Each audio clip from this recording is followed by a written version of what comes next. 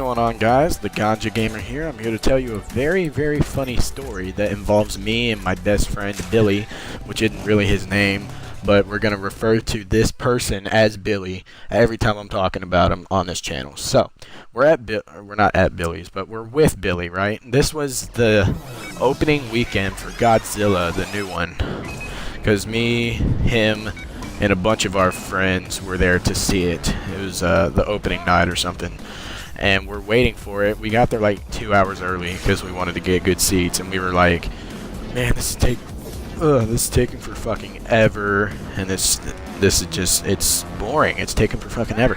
So Billy walks up to me, he's like, hey man, you want to go get high? And I'm like, well, fuck yeah, dude, but where are we gonna go? And he's like, let's go to the bathroom stall. And I was like, alright. So we went to the bathroom stall.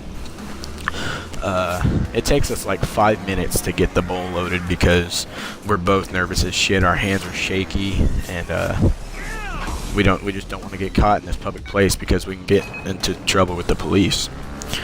And he's finally got the bowl loaded. We've got about a half gram in this bowl of lemon haze, it was.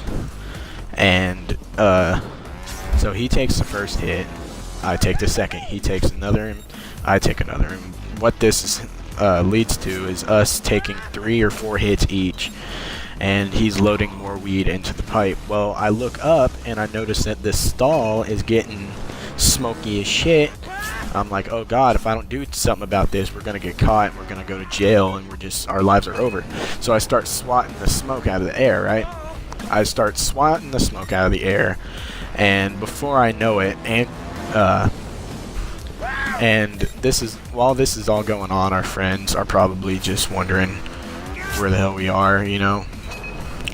And I'm swatting at the air, trying to get all the smoke out of the air so it doesn't stink up the bathroom as bad, because we didn't want to get in trouble. And Billy was putting the pipe up to his lips to take another hit, and I shit you not, while I was swatting the smoke out of the air, I smacked the shit out of his hand, making him drop the pipe, and it shatters all over the fucking ground. There's glass everywhere, and he had taken a hit before that, and he's holding it in. He's like, dude, what the fuck? And